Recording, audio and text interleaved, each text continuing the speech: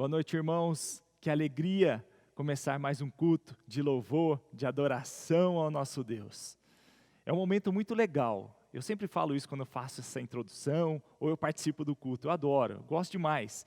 Porque é um momento onde eu posso interagir com você, né? Realmente participar, ser culto, ser igreja. Então eu queria convidar você também, aonde você estiver, do jeito que for, participe, louve, cante, bate palma, né? Fale, né? Dê um amém, dê um glória a Deus.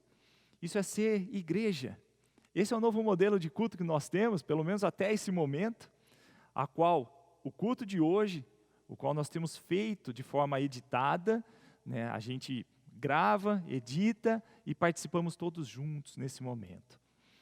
Se Deus quiser, já aproveitando, deixando uma mensagem para você, e se Deus permitir, no dia 2, nós teremos um culto ao vivo, retomando os nossos cultos ao vivo. Não vai ser com público, com toda a igreja, vai ser só com a equipe que está participando, que participa da gravação, da transmissão, né? Mas já é mais um passo de retomada. Então isso é legal, vamos agradecer ao Senhor. E nesse mesmo dia, nós comemoraremos 63 anos da nossa igreja. Então, agradeça ao Senhor, ore ao Senhor, agradeça pela nossa igreja, porque até aqui o Senhor tem nos sustentado. E nesse dia nós teremos uma participação especial do coral, teremos uma apresentação, e estamos preparando um culto bem bacana.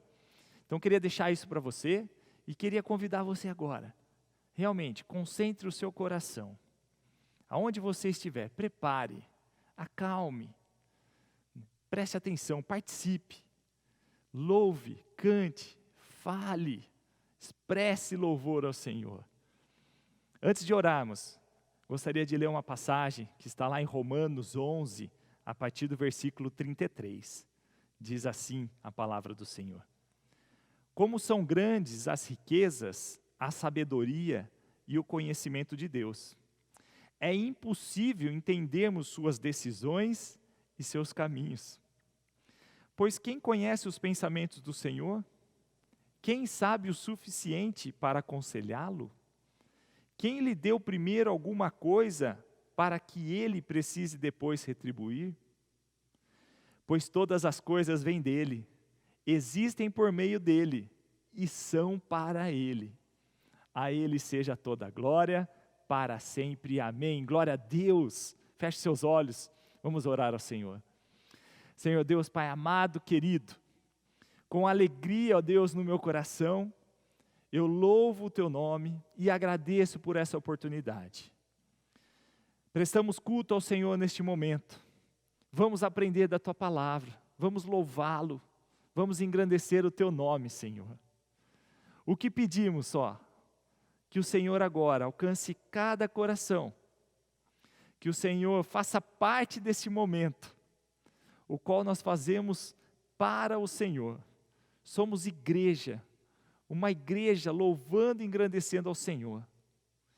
Ó Deus, esteja conosco. Tudo que fazemos é para o Senhor, é pelo Senhor, Deus. Obrigado, Senhor, desde já. Obrigado por cada um que está aqui conosco, assistindo, participando. Atue em cada coração. Esteja conosco em nome de Jesus. Amém. Amém. Deus abençoe. Tenha um bom culto, meu irmão. Boa noite, irmãos. A graça e a paz do nosso Senhor esteja com todos nessa noite. Para nós é uma alegria estar aqui louvando ao Senhor, em família também, né? A gente nunca fez isso, né? Estando aqui, gravando também. E nós gostaríamos de começar esse culto nessa noite agradecendo a Deus. Recentemente, nossa família aí teve, né? Nós todos tivemos Covid, nós passamos aí por muitas lutas, né? Uma luta terrível, muita dificuldade, mas durante todos os momentos que nós tivemos, né? Nesse momento de tempestade, o Senhor esteve conosco. E nós gostaríamos de agradecer né? E cantar junto com vocês. Sou grato, né? Então vamos lá.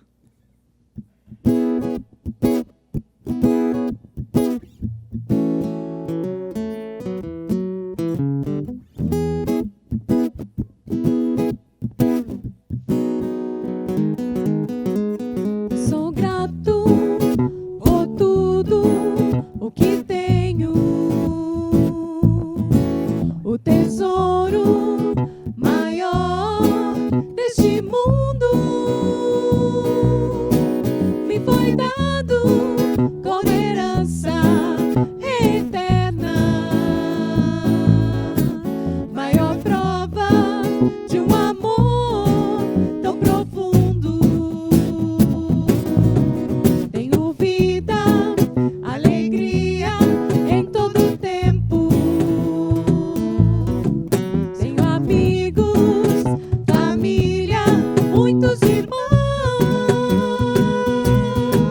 Foi Jesus, meu amigo verdadeiro, que fez tudo ao me dar a salvação. Louvarei ao Senhor em todo tempo.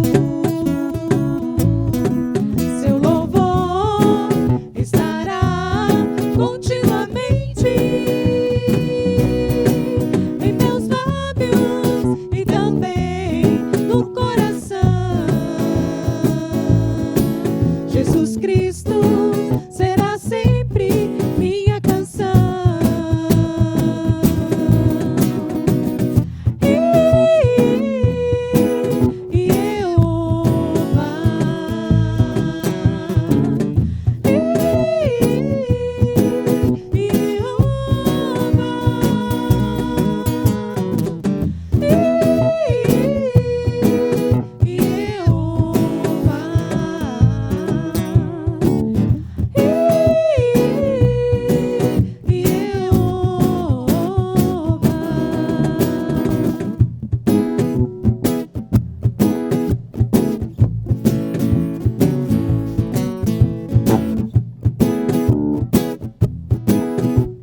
Vamos soltar, louvarei, vamos lá.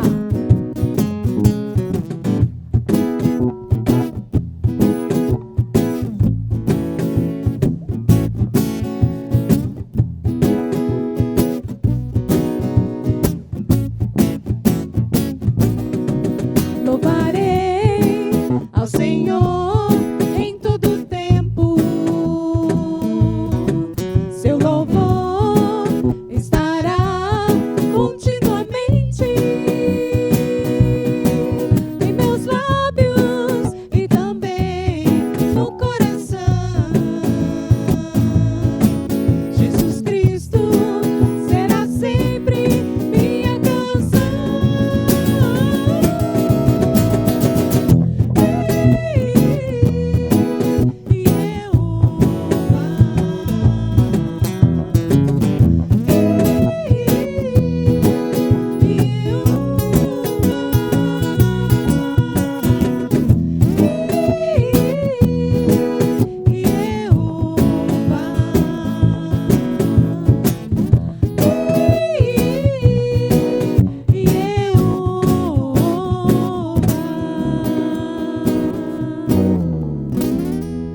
Amém, amém. Vamos lá.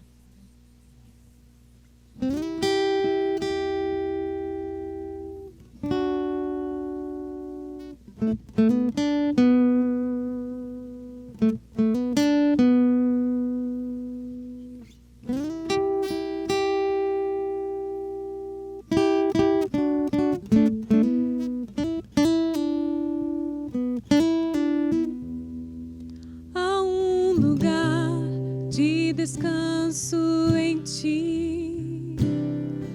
Há um lugar de refrigério em ti. Há um lugar onde a verdade reina. Esse lugar é no Senhor. Há um lugar onde as pessoas não me influenciam. Há um lugar onde eu ouço teu Espírito. Há um lugar de vitória em meio à guerra. Esse lugar é no Senhor. Esse lugar é no Senhor. Esse lugar é no Senhor. Esse lugar é no Senhor. Esse lugar é no Senhor. Há um lugar onde a inconstância não me domina. Há um lugar onde minha fé é fortalecida. Há um lugar onde a paz é quem governa. Esse lugar é no Senhor. Há um lugar onde os sonhos não se abortam. Há um lugar onde o temor não me enrijece. Há um lugar que quando se perde é que se ganha. Esse lugar é no Senhor. Esse lugar é no Senhor. Esse lugar é no Senhor. Esse lugar é no Senhor. Esse lugar é no Senhor. Esse lugar é no Senhor. Esse lugar é no Senhor. Esse lugar é no Senhor. Esse lugar é no Senhor.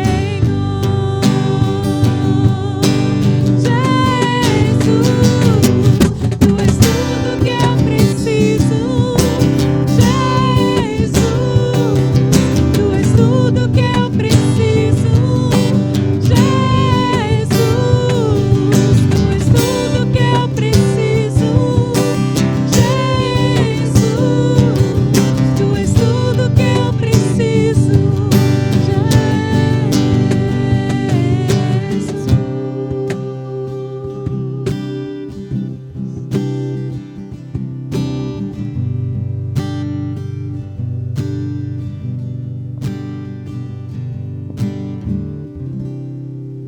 Amém. Amém. Boa noite, queridos irmãos. A paz do Senhor, tudo bem com vocês? Que alegria poder estar aqui, compartilhar mais um estudo da palavra do Senhor.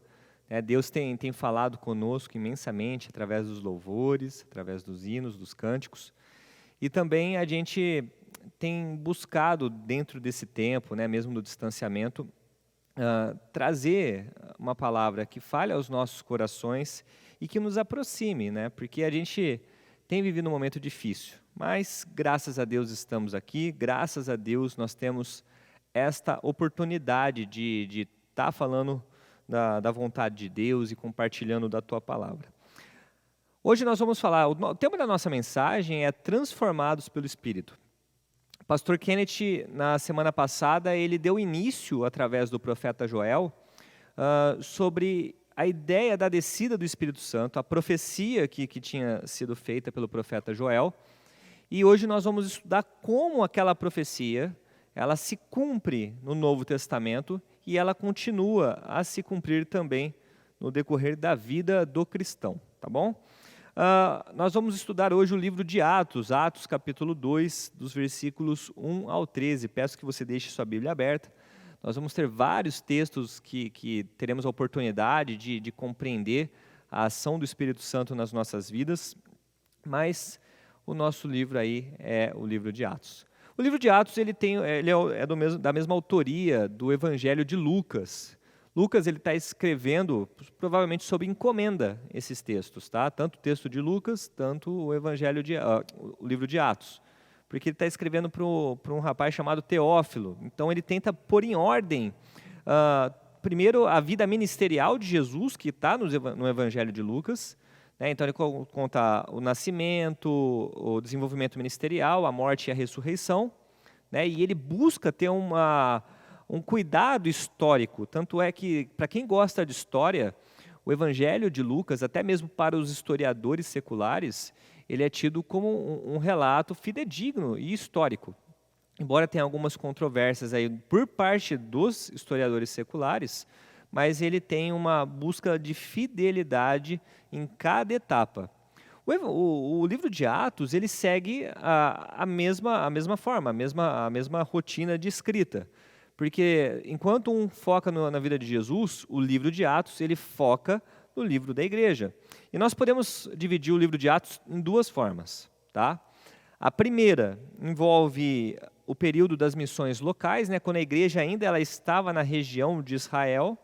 E a segunda etapa é quando a igreja já começa a ter as missões transculturais, quando a igreja ela começa a transcender o próprio território de Israel. Então, o livro de Atos ele tem como objetivo nos dar essa informação. Só que tem um ponto que é extremamente importante para o nosso estudo de hoje, que é compreender o dia de Pentecostes e o que de fato foi a descida do Espírito Santo. É um assunto que muitas vezes para nós cristãos é controverso, mas eu vou buscar de uma forma didática, até mesmo simples, explicar o que foi isso e como isso implica no nosso cotidiano de vida como igreja. Então, eu vou relembrar o texto de Joel capítulo 2, dos versículos 28 ao 32, que foi a profecia que era a referência da descida do Espírito Santo. Diz assim, versículo 28 de Joel capítulo 2. E depois disso, derramarei o meu espírito sobre todos os povos. Os vossos filhos e as vossas filhas profetizarão, os vossos velhos terão sonhos, e os vossos jovens terão visões. Até sobre os servos e sobre as servas, naqueles dias derramarei o meu espírito. Mostrarei maravilhas no céu e na terra, sangue, fogo e colunas de fumaça. O sol se converterá em trevas e a lua em sangue, antes que venha o grande e terrível dia do Senhor. Quando nós observamos todo o histórico e o panorama do livro de Joel, nós percebemos que ele está fazendo uma profecia principalmente para dar indícios do que vai ser de fato a ação do Espírito Santo.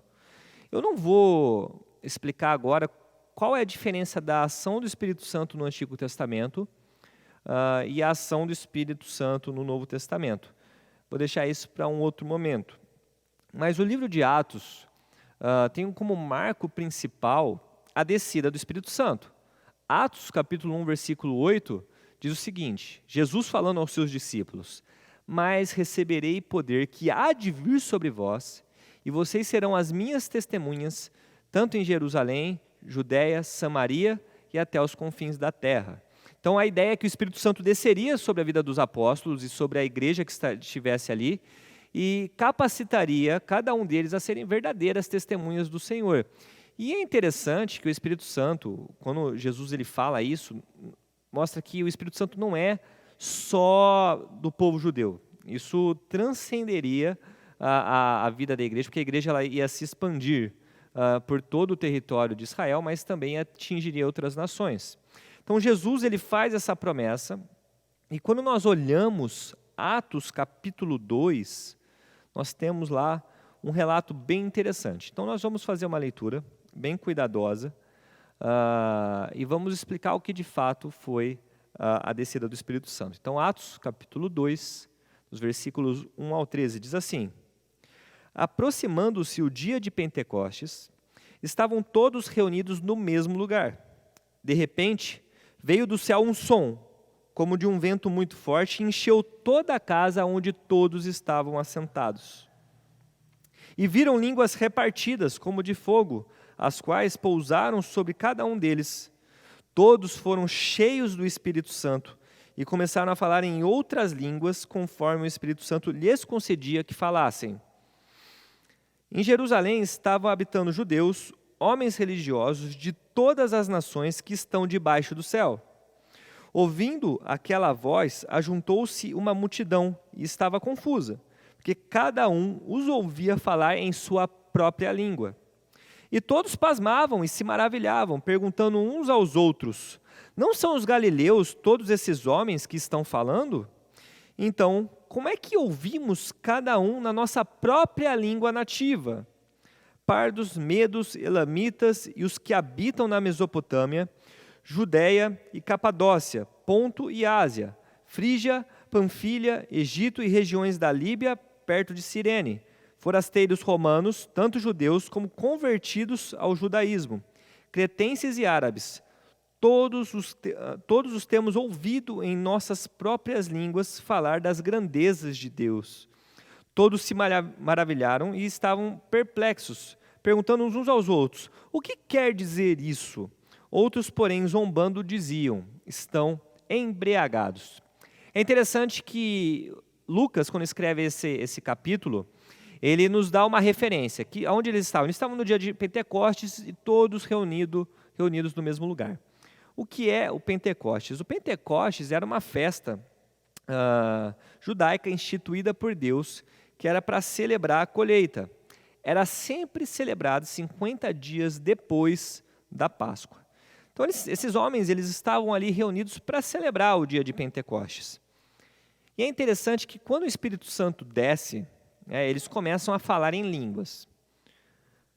Vamos a nosso primeiro momento de reflexão sobre o que é falar em línguas nesse texto, tá bom?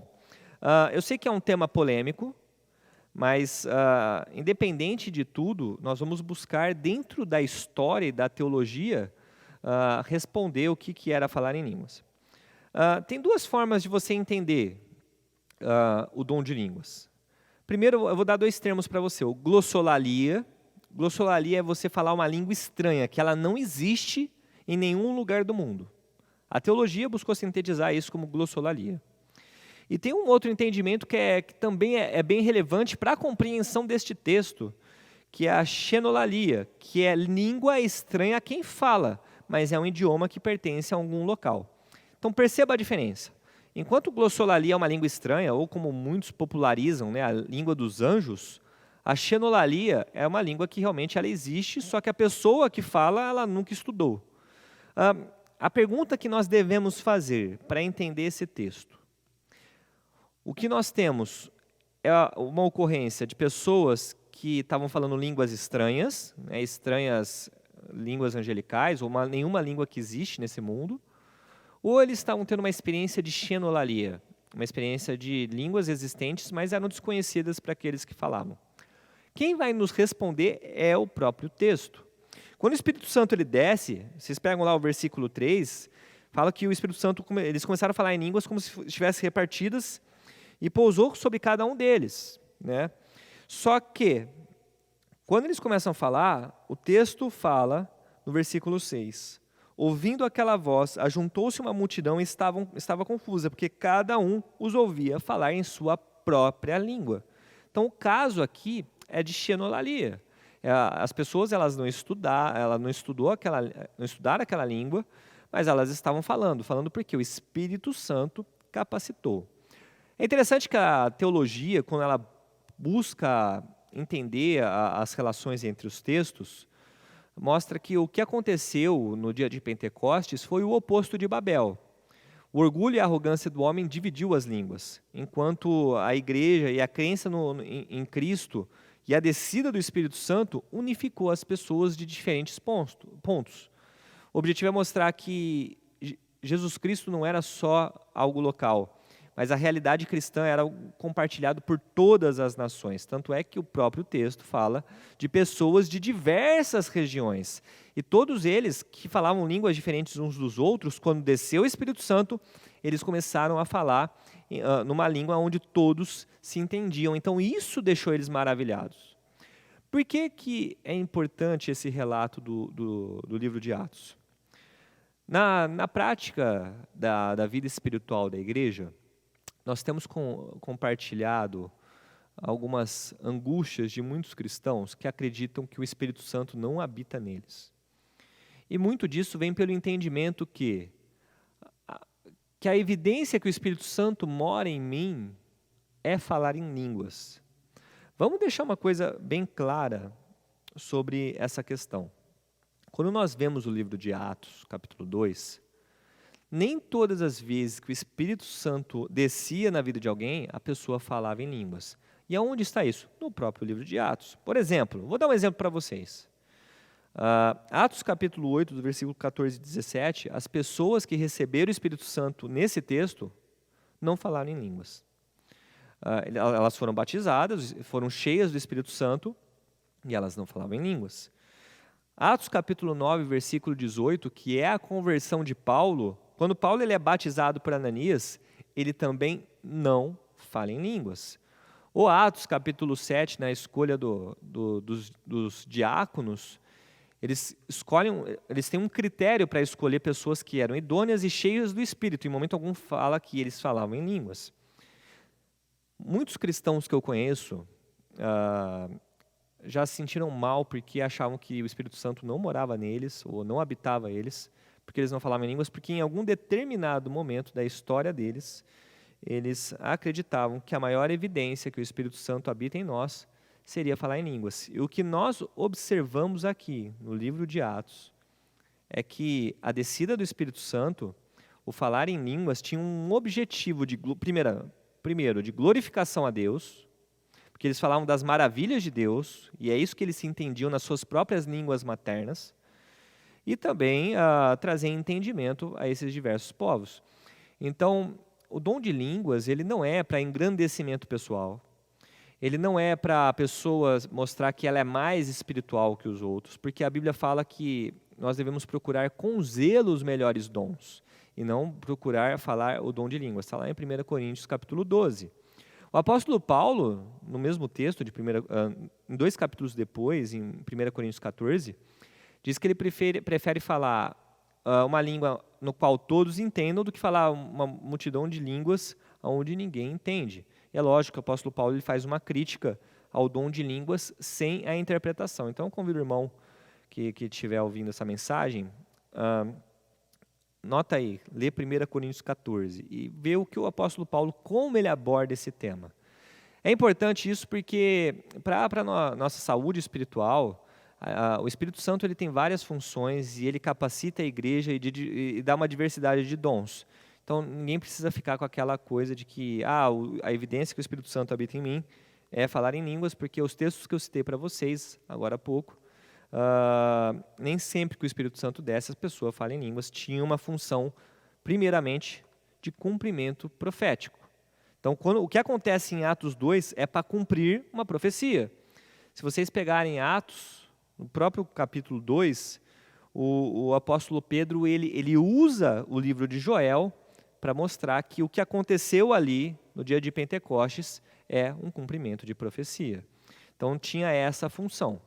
Mas, para compreender a questão do Espírito Santo, embora o livro de Atos ele nos dê bastante informações, a gente precisa entender que a transformação do Espírito Santo é uma coisa que, conforme a igreja vai crescendo, os apóstolos começam a escrever sobre o que é de fato o Espírito Santo. Jesus deu um norte para os discípulos, mas eles começaram a vivenciar. Então, a pergunta que eu faço é, como eu sei que eu sou transformado pelo Espírito Santo? E como eu sei que o Espírito Santo habita em mim? Então, vamos fazer algumas compreensões aqui. E agora eu vou abrir um pouco o leque. Embora o texto base seja Atos, nós precisamos de outros textos para nos auxiliar e compreender o que é de fato ser transformado pelo Espírito Santo. Em João, capítulo 16, dos versículos 1 ao 16, Jesus fala quais são as funções, algumas das funções que nós temos do Espírito Santo. E eu vou explicar para vocês, para que não fique dúvidas, que o Espírito Santo habita naqueles que confessaram a Jesus Cristo como Senhor e Salvador. João, capítulo 16, nós temos aí os versículos 7 ao 11, principalmente. Diz o seguinte: Todavia digo-vos a verdade, convém que eu vá, porque se eu não for, o Consolador não virá para vós. Mas se eu for, eu o enviarei. Quando ele vier, convencerá o mundo do pecado, da justiça e do juízo. Do pecado, porque não creem em mim. Da justiça, porque eu vou para o Pai e não me vereis mais. Do juízo, porque já o príncipe deste mundo está julgado. A primeira função do Espírito Santo, dita pelo próprio Cristo, é o quê? Que o Espírito Santo ele veio para dar testemunho da verdade, da justiça e do juízo. Quem é a verdade? A verdade é Cristo. Então, todas as vezes que nós proclamamos o Evangelho, que nós ensinamos o Evangelho, uma pessoa, quando ela se converte, ela não se converte porque o pregador ele tem uma habilidade ímpar em que a pessoa ela foi convertida por causa da pregação. Na verdade, é diferente. Quando nós realizamos a exposição da verdade, que é Cristo, o Espírito Santo está agindo na vida da pessoa, convencendo que aquelas palavras, se estiverem coerentes, né, com as Escrituras, aquela vida pode ser transformada, aquela vida pode ser convertida, porque uma das funções do Espírito Santo é convencer o homem do seu pecado. Então não depende da habilidade do pregador, não depende se o louvor tocou muito certo ou não, porque isso é até arrogância e prepotência de alguns. Já compartilhei com os irmãos, por um bom tempo eu já ouvi pessoas falando que o Espírito Santo precisa do louvor, ou de uma pregação, de um pregador que seja perfeito em suas colocações para convencer as pessoas. Gente, o Evangelho cresceu desde ali do livro de Atos, através de pessoas humildes, pessoas que não eram letradas, pessoas muitas vezes analfabetas, mas a integridade e a vida de retidão que essas pessoas tinham, a vivência plena do Espírito Santo, quando elas pregavam o Evangelho, vidas eram transformadas pela ação do Espírito Santo.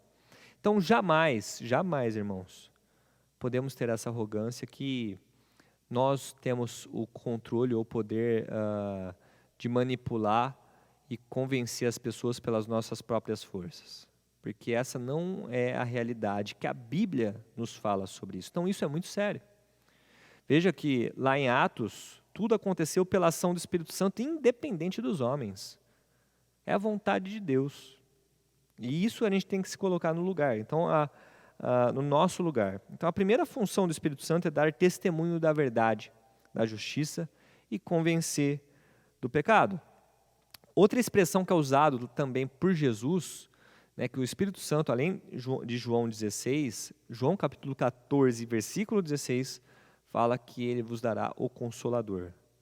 A palavra Consolador vem do grego paráclitos. Paráclitos é aquele que advoga a favor de alguém, mas também é o entendimento que é aquele que consola em momentos difíceis. É interessante que o grego ele pode ter algumas variações na palavra paráclitos, mas também o Espírito Santo ele vem para nos consolar, e é uma promessa de Cristo. Porque quando a gente olha a função do Consolador, o apóstolo Paulo ele dá uma explicação tão profunda e tão bacana sobre essa questão de uma das funções do Consolador, que ele diz o seguinte, lá em Romanos capítulo 8, versículo 26 e 27. Da mesma maneira, o Espírito Santo nos ajuda em nossas fraquezas. Não sabemos o que havemos de pedir como convém, mas o mesmo Espírito intercede por nós com gemidos inexprimíveis. E aquele que examina os corações sabe qual é a intenção do Espírito, porque segundo a vontade de Deus é quem intercede pelos santos. Além de ele nos consolar, ele nos intercede nos nossos momentos de angústia, até mesmo quando nós não sabemos, até o Paulo usa orar como convém. O Espírito Santo intercede por nós. Essa é mais uma das funções do Espírito Santo. Outra coisa que é dita por João Batista, eu não estou seguindo uma linha cronológica, tá, irmãos? Mas é interessante para a gente desfazer qualquer equívoco que a gente tenha sobre a função ou papel do Espírito Santo nas nossas vidas. Quando a gente pega lá Mateus capítulo 3, versículo 11, João Batista fala, eu vos batizo com água, mas virá aquele que vos batizará com o Espírito Santo e com fogo. É interessante que a palavra fogo, ela tem uma interpretação tão distorcida da realidade bíblica, que as pessoas acreditam, e com todo respeito ao movimento evangélico, mas tem alguns equívocos no nosso meio que não dá para deixar passar. Tem gente que acredita que fogo aqui é a pessoa sair correndo na igreja. É a pessoa fazer movimentos ditos inspirados pelo Espírito Santo ou movidos pelo Espírito Santo, porque fala que é quando a pessoa ela tem o fervor do Espírito Santo, ela tem fogo, né? Fogo no sentido de que ela fala em línguas, ela sai rodopiando. Isso, gente, não é a coisa mais distante do que a Bíblia fala sobre o Espírito Santo. E eu não estou me desfazendo das experiências das pessoas. Só que qualquer experiência que eu tenha com o Espírito Santo deve ser julgado pela Bíblia. A experiência não está acima das Escrituras. Entenda o seguinte, você pode ter tido uma experiência individual com o Espírito Santo, mas a Bíblia está aí para dar um norte do que é realmente essa ação. Então, nenhuma experiência, seja as minhas, seja de qualquer cristão, todas as experiências devem passar pelo crivo das Escrituras. É isso que nos torna protestantes. E é isso também que nos torna cristãos. Então, a palavra fogo em Mateus 3,11 não tem nada a ver com momentos de glória a Deus na hora do culto, e nada contra com quem fala glória a Deus, desde que seja espontâneo e verdadeiro, de coração. E desde também que não atrapalhe o culto, porque lá em 1 Coríntios 12, 1 Coríntios 14, diz que tudo deve ser feito com ordem e decência. Se o evangelho está sendo pregado naquele momento, o Espírito Santo não vai distribuir dons no meio da pregação ali e atrapalhar a proclamação do evangelho que vai trazer pessoas convertidas ao reino. Então, a palavra fogo, no contexto judaico, e vamos lembrar que Mateus, ele é um judeu, o evangelho de Mateus foi escrito por Mateus, que é um judeu. E a palavra fogo tem a ideia de purificação, olha que coisa diferente. Como nós sabemos que nós somos transformados? Porque realmente, quando nós somos batizados em nome do Pai, do Filho e do Espírito Santo, o Espírito Santo age na nossa vida com o objetivo de nos purificar. Antes de tudo, é para nos purificar. Um exemplo no Antigo Testamento. Isaías capítulo 6 fala que quando o anjo toca a boca dele, lá, Isaías capítulo 6, do versículo 1 ao 8, foi para purificar Isaías dos seus pecados. Quando nós somos tocados pelo Espírito Santo, quando o Espírito Santo nos convence do nosso pecado, quando nós nos arrependemos daquilo que nós somos e confessamos a Jesus Cristo como Salvador, o objetivo do Espírito Santo é qual? Nos purificar, nos transformar numa nova criatura, nos regenerar. Lembra que Pedro fala, vocês não foram regenerados numa semente corruptível, mas de uma semente incorruptível. É exatamente isso que está acontecendo em Atos. Veja que a Bíblia ela não cai em contradição. Quando eu estou pegando esses textos para auxiliar o entendimento de Atos, é que aqueles homens, antes de tudo, eles foram convertidos pela pregação do Evangelho. É só ler Atos capítulo 2, que fala que Pedro converteu 2.000 almas. Depois do dia de Pentecostes. Então, quando o Espírito Santo age, meus irmãos, é para trazer transformação de vida, é para regenerar a gente numa nova criatura. Não existe esse negócio de você ficar falando em línguas estranhas, não tem interpretação, e você ser a mesma pessoa. Até mesmo porque, se nós pegarmos alguns entendimentos aí dos livros chamados patrísticos, né, que são os livros depois escrito pelos discípulos dos apóstolos, o dom de línguas ele era tido como um dom extraordinário. Então não existe uma pessoa falar em línguas e aquela vida dúbia, né? A pessoa vive uma coisa hoje, fala em línguas no domingo e no dia seguinte está fazendo um monte de coisa errada, porque era tido como um dom extraordinário. E vamos lembrar que quando o Espírito Santo age, ele não dá só o dom de línguas. Quando nós pegamos Efésios, capítulo 4, dos versículos 11 ao 16, fala da diversidade de dons distribuídos pelo Espírito Santo. E qual é o objetivo? Olha, tudo isso, toda vez que a gente fala do Espírito Santo, a gente tem que entender qual é o objetivo. O objetivo é a edificação do corpo de Cristo. Quando o Espírito Santo ele age dentro da igreja, eu tenho um dom, eu tenho um talento, você tem um dom, você tem um talento, e isso é dado pelo Espírito Santo. Vamos lembrar que isso é uma concessão do Espírito Santo. Então devemos ter zelo pelo ministério ao qual Deus nos chamou. Então uma vida, um cristão, uma pessoa transformada pelo Espírito, ela tem antes de tudo o zelo pelo ministério ao qual ela tem. Porque se você não fizer, Deus levanta outro que faz melhor. Eu sei que para as pessoas isso, nossa, tem gente que tem aquela síndrome do eu sou a última bolacha do pacote, né? Mas nada é tão equivocado quanto a realidade. Se você não fizer aquilo que Deus está te chamando, Ele levanta outra pessoa. E aí, a gente já falou o que era o dia de Pentecostes, já expliquei quais são as funções do Espírito Santo, e isso está bem descrito no livro de Atos. Né? Ninguém falou uma língua estranha, todo mundo ali falou em língua materna. Eu deixei passar um ponto que eu acho interessante a gente tocar. Voltando rapidinho sobre o dia de Pentecostes, eu vejo muito cristão falando, mas o meu culto na minha igreja é bagunçado porque o Espírito Santo está falando ali e realmente é desse jeito. Porque lá em Atos, capítulo 2, fala que todo mundo pensava que aquelas pessoas estavam embriagadas. Gente, Atos capítulo 2, versículo 13, tem sido utilizado para fazer as maiores atrocidades litúrgicas no meio da igreja. Culto não é bagunça. Culto é para a glória de Deus, é para honrar a Deus, é para a proclamação do Evangelho, não é momento para mostrar que nós somos melhores ou que eu sou mais santo. Algumas igrejas abrem o meio da igreja para onde o pastor pega e passa, toca lencinho ungido. Gente, é um culto antropocêntrico, feito para homens.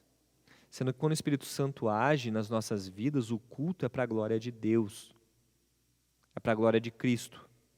E a gente não pode usar um texto. As pessoas pensaram que eles estavam bêbados. Isso não é uma brecha para a gente transformar o culto numa bagunça.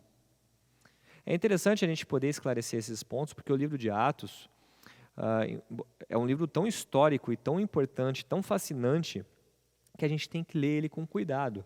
Esse texto de Atos, capítulo 2, do versículo 1 ao 13, tem sido utilizado para justificar coisas no nosso meio que não se justificam pela própria Escritura. Então, nós falamos das funções do Espírito Santo e eu vou recapitular para a gente ir para o final. A função do Espírito Santo é para convencer o homem do pecado, da verdade, da justiça. Ele nos consola, ele nos auxilia, ele intercede por nós, ele nos purifica e ele nos dá dons e talentos. O último ponto é uma pergunta que sempre nos fazem. A pergunta é: como eu sei que eu sou cheio do Espírito Santo? Ou como eu sei que o Espírito Santo habita em mim? Essa é uma pergunta bem interessante, porque por causa de Atos capítulo 2, muitas pessoas falam que a maior evidência que o Espírito Santo vive em você é falar o dom de línguas. A Bíblia não diz isso. A maior evidência que nós vemos nas Escrituras, além de Atos, com apoio de outros textos, que o Espírito Santo habita em nós, a primeira coisa é ter o fruto do Espírito. O fruto do Espírito ele é descrito lá em Gálatas, capítulo 5, dos versículos 22 e 23. Eu vou ler para vocês, porque é importante a gente poder frisar, porque a gente tem que fazer uma autoavaliação, uma autocrítica, e principalmente precisamos orar a Deus para mostrar o que nas nossas vidas não anda em conformidade. E quando o Espírito Santo habita em nós, ele nos incomoda. Ele nos mostra o nosso erro. E não é só mostrar o erro, é nos conduzir a um verdadeiro arrependimento. Mas o fruto do Espírito é interessante da forma em que ele é descrito em Gálatas capítulo 5, versículos 22 e 23, porque ele diz o seguinte: o fruto do Espírito, porém, é amor, alegria, paz, longanimidade, benignidade, bondade, fidelidade, mansidão e domínio próprio. Contra estas coisas não há lei. A maior evidência que realmente o Espírito Santo habita em nós é se realmente a nossa conversão está produzindo frutos. Lembra que Jesus fala que a árvore o fruto que não está ligado na videira, ele é cortado fora, ele é lançado fora. A maior evidência que você tem que começar a pensar, e eu tenho que começar a pensar, é qual é o fruto que eu tenho dado pelo Espírito. Gálatas capítulo 5 deixa bem claro. Por quê? As evidências que mostram que eu sou cheio de Espírito, daí um texto de auxílio também é Efésios capítulo 5, dos versículos 18 ao 21, é que fala, não vos embriagueis com vinho, onde há contendas, mas enchei-vos do Espírito Santo. E se encher do Espírito Santo significa, é uma pessoa que é controlada pelo Espírito de Deus. É uma pessoa que mortifica a própria carne para viver a vontade de Cristo. É fácil? Não é fácil, mas nós somos capacitados pelo Espírito Santo, porque é o Espírito Santo que nos santifica. E isso é uma coisa muito boa. Que a vida cristã, diferente de outras religiões, que você pode conseguir salvação por mérito próprio, a salvação, antes de tudo, é oriunda da graça de Deus, Efésios 2:8. Mas a partir do momento que nós estamos inseridos no corpo de Cristo, o Espírito Santo tem um papel fundamental, nós não estamos sozinhos. Então o Espírito Santo, ele nos controla, ele nos controla no sentido que ele nos incomoda, nos mostra o caminho da verdade, através das Escrituras ele fala aos nossos corações. Então é importante que a gente tenha isso em mente. Outra evidência que o Espírito Santo habita em mim é a minha vida de testemunho. A pergunta é, a nossa vida, ela tem sido um testemunho do amor de Deus? A nossa vida tem sido um testemunho que nós fomos alcançados pela mensagem do Evangelho? As pessoas, nesses tempos, né, de pandemia, têm dado as desculpas mais esfarrapadas. Eu fui grosso com fulano de tal, porque o momento está difícil, é pandemia. Né? Eu briguei com a minha esposa, com o meu marido, porque realmente foi estressado, momento de pandemia. Cristãos continuam sendo cristãos e deixam as marcas de Cristo independente das circunstâncias. A pandemia é uma coisa grave, é algo muito ruim, tem ceifado a vida de muitas pessoas, mas isso não é desculpa para deixarmos de viver a realidade do Espírito Santo. Deixarmos de apresentar um bom testemunho. Porque uma das coisas que o Espírito Santo nos impulsiona, além do testemunho, é a disposição para servir ao reino. Ser transformado pelo Espírito, ou como diz o título, transformados pelo Espírito. Aqueles homens lá em Atos eram homens que foram transformados e causaram impacto no mundo inteiro. O livro de Atos inteiro é recheado de exemplos. Mas ser transformado pelo Espírito é saber que eu sou um servo. E não é o servo maior que o seu Senhor. Se alguém quiser ser o primeiro, que seja o último. Se alguém quer ser servido, que sirva a todos. Porque é isso que o Espírito Santo nos mostra, o nosso lugar no reino. E o nosso lugar é de servo. E de servo, é interessante que a palavra servo é aquele que voluntariamente se coloca sobre a vontade do outro. Essa é a ideia da palavra doulos em grego. Muitas vezes Paulo fala, eu servo de Cristo. Nós somos servos do Senhor. O Espírito Santo nos capacita a ter disposição a viver uns pelos outros. Que nessa mensagem você tenha entendido qual é a real função do Espírito Santo. E que possamos todos, num só objetivo, aprender cada vez mais. Nós não temos que fazer cultos pela busca pelo poder do Espírito Santo, porque isso é condenado na Bíblia. Nós temos que ir para o culto porque todas as vezes que a palavra é pregada, o Espírito Santo fala aos nossos corações. Nós somos desafiados dia após dia a viver em conformidade com o Evangelho. E nós vamos encerrar agora com uma oração. Espero que qualquer dúvida, qualquer coisa que você tenha sido esclarecida. Mas também qualquer coisa, procure o pastor Lucas, me procure o pastor Kent, o pastor Júnior, que nós vamos esclarecer. Vamos orar? Senhor, nós te agradecemos por esse dia, agradecemos por esse domingo abençoado, ó Pai, que o Senhor tem falado aos nossos corações. Aprendemos hoje o que é ser transformado pelo Espírito. E que o Senhor esteja nos desafiando a viver esta realidade, que possamos compreender o que é a ação do Espírito Santo em nós. Esteja nos capacitando, esteja nos dando dons e talentos, esteja nos santificando para a tua glória, em nome de Jesus. Amém. Que Deus abençoe vocês. Um grande abraço. Vamos continuar louvando então. Vamos cantar essa música que diz: Ele vem para te salvar. Vamos lá.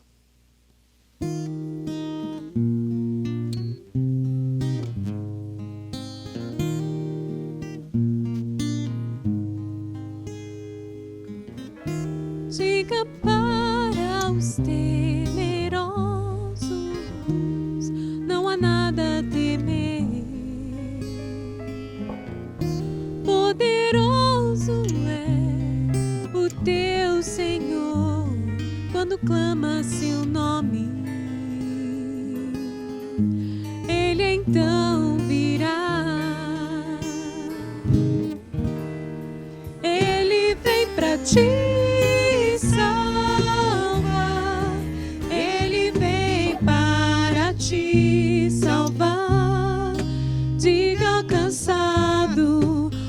Teu Senhor virá, Ele vem para te salvar.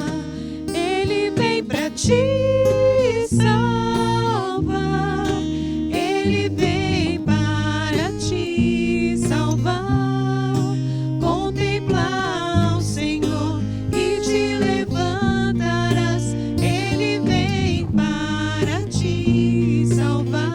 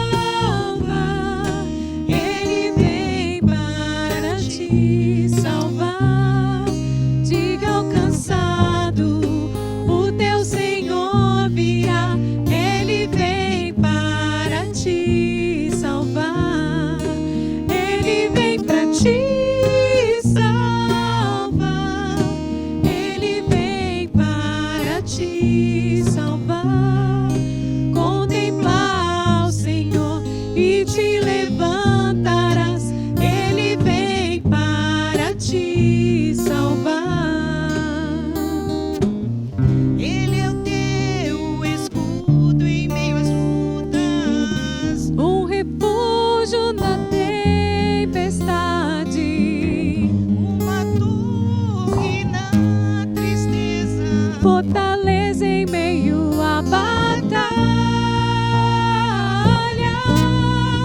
Ele vem para te salvar. Ele vem para te salvar. Diga ao cansado, o teu Senhor virá. Ele vem para te salvar. Ele vem para te salvar. Ele vem para te salvar. Contemplar o Senhor e te levantarás. Ele vem para te salvar. Contemplar o Senhor e te levantarás. Ele vem para te salvar.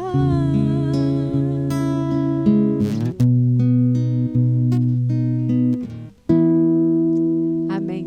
Vamos orar nesse momento, agradecendo ao Senhor. Senhor, nós nos colocamos diante de Ti, nós te agradecemos por esse culto que tivemos, Senhor. Cada um de nós nas nossas casas, Senhor, mas de forma online, estamos juntos em comunhão diante de Ti, Senhor. E te agradecemos, Senhor, porque o Senhor nos traz essa palavra, o Senhor nos traz esse louvor, Senhor. Muito obrigada, Senhor, porque temos essas ferramentas nesse momento, Senhor. Nós te agradecemos, Senhor, porque estamos em comunhão nesse momento, Pai.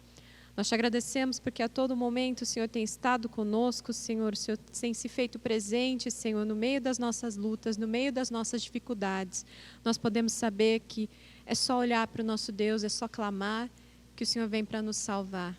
Sempre que clamamos, Senhor, nós sabemos que o Senhor está perto. Então, Pai, muito obrigada, Senhor, por tudo que o Senhor tem feito, por tudo que o Senhor tem feito nas nossas vidas, Senhor. Nós te agradecemos e como igreja, Senhor, nos colocamos diante de Ti, Senhor. Abençoa a nossa semana, que possamos estar na Tua presença em todos os momentos do nosso dia, Senhor. Nós te agradecemos, Senhor, pelo Teu Espírito nas nossas vidas, Senhor. Continua nos abençoando, em nome de Jesus. Amém. Amém.